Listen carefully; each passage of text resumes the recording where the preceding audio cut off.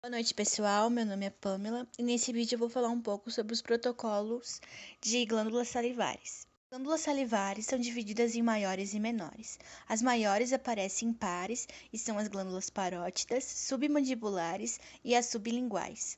As menores são independentes e são distribuídas pela cavidade oral e nasal. O objetivo, então, do exame é a detecção, a localização e o desenvolvimento de massas inflamatórias ou de neoplasias que podem ser benignas ou malignas nessas glândulas salivares. O médico solicita esse exame a fim de ver anomalias, lesões císticas, doenças inflamatórias, metástase ou linfomas nessas glândulas salivares. E para isso é fundamental saber informações sobre os antecedentes cirúrgicos, bem como as medicações que o paciente usa, os dados clínicos e laboratoriais do paciente. Ou seja, é importante saber o histórico dele através da anamnese. Posicionamento do paciente em luzes de alinhamento. Para as glândulas parótidas, o paciente deve ficar em decúbito dorsal na mesa de exames com a bobina de crânio. O paciente é posicionado de modo que a luz longitudinal fique no PMS e a luz horizontal passe no nível do meato acústico externo. Para as glândulas submandibulares e gânglios cervicais, o paciente também deve ficar em decúbito dorsal na mesa de exames. A bobina é colocada ao redor ou anterior ao pescoço do paciente e o paciente é posicionado de modo que a luz de alinhamento longitudinal fique no PMS e a luz de alinhamento horizontal passe no nível do ângulo da mandíbula. Protocolos sugeridos. A imagem ponderada em T1 com spin echo, plano de corte sagital, são prescritos cortes com espaçamentos finos. A área abrangente é desde a área da base do crânio até o ocioide. Assim é possível a visualização das glândulas parótidas e submandibulares. O tempo de repetição é curto, de aproximadamente 600 ms. O tempo de eco também é curto e o campo de visão é considerado médio, de aproximadamente 20 centímetros.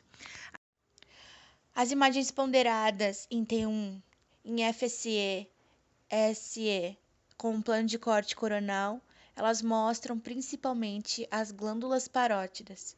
São prescritos cortes com espaçamento fino, desde os corpos vertebrais até o processo alveolar superior. A cadeia de gânglios linfáticos cervicais e a base do crânio, elas também estão inclusas nessa imagem.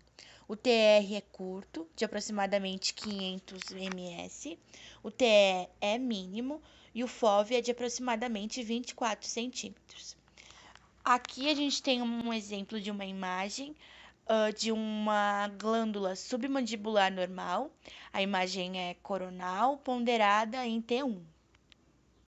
Imagens ponderadas em T1, um corte axial, o espaçamento deve ser fino, desde o meato acústico externo até o ângulo da mandíbula para as glândulas parótidas, e para as glândulas submandibulares devem ser logo abaixo da mandíbula. A cobertura dessa imagem é para a disseminação tumoral. Sequências adicionais. A celografia associada à ressonância magnética pode ser útil na investigação de obstrução de ductos do sistema salivar. As imagens intensamente com ponderação em T2 são adquiridas e pós-processadas. Conforme Kalinowski, existem limitações no uso da celografia, como, por exemplo, baixa resolução de estruturas anatômicas. Aí dificulta detectar obstruções completas ou parciais do sistema de ductos. E também ela tem uma qualidade inferior à da cialografia convencional.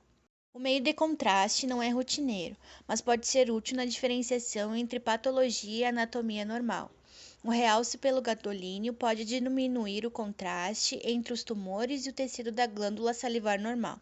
A principal fonte de artefato nessa área é proveniente dos vasos carotídeos, jugulares e vertebrais. É aconselhável orientar o paciente a deglutir o mínimo possível durante a aquisição dos dados. Na questão da segurança, não foram encontrados nenhum acidente relacionado a esse tipo de exame, mas mesmo assim, cuidados devem ser tomados para que acidentes não aconteçam. Obrigada a todos e até a próxima.